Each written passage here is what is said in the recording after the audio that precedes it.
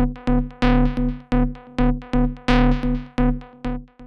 at the Open Compute Summit talking to Ankush Dham from Virtual Power Systems. Now Ankush, you've got some interesting things to say about a better way of managing power in racks. Why don't you start?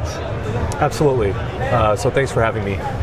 So my name is Ankush Dham. I work with Virtual Power Systems. We're based in Santa Clara, California. Yep.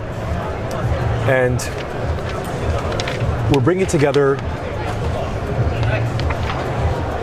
three very interesting pieces of technology into a unified control plane for power.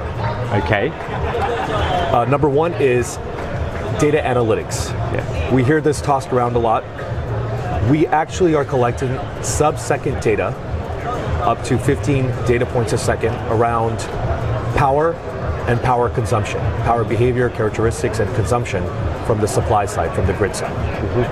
And secondarily, we are applying machine learning.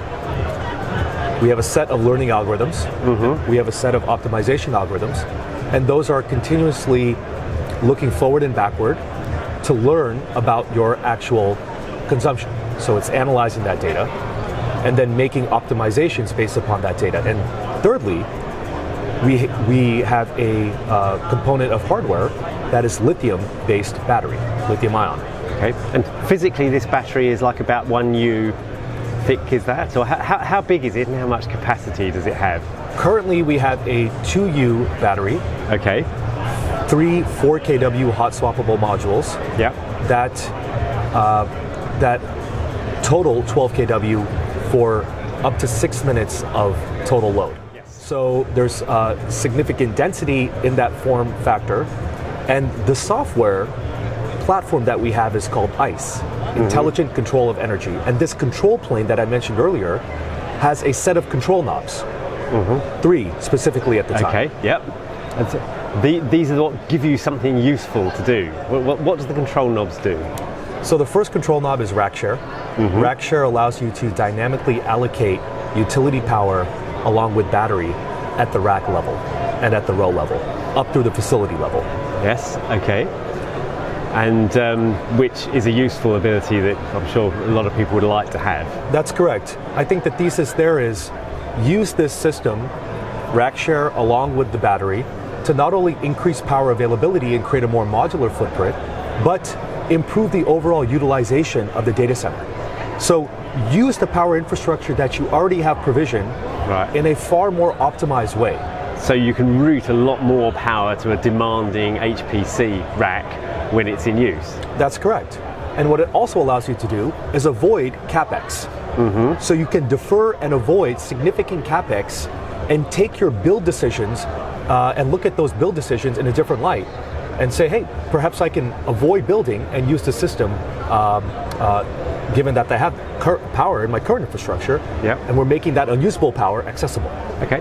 What are the other buttons?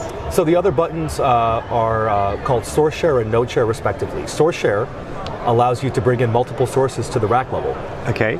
And that's enabled by A, the hardware, which takes in multiple sources, and B, the software. Right, because people often have multiple sources already, but one's a backup that you hope never to use. Typically. And you allow people to get much better use out of that. That's right. What we're actually proposing is in fact to actively use that alternate source. It could be a alternate utility source, or it could be a alternative source of energy. We are seeing fuel cells, solar, even some wind installations. Right. Why not harness that energy and use it as an active element? Right. And I can see these are all things that you really couldn't do unless you had some local storage and some intelligence and really good monitoring of what power is actually being demanded where. That's precisely why we had to build a platform that had sub-second awareness along with very robust, dense lithium energy storage. Okay, it's really interesting to know that power can become that much more intelligent. It truly can. Good, thank you very much. And with great power comes great responsibility.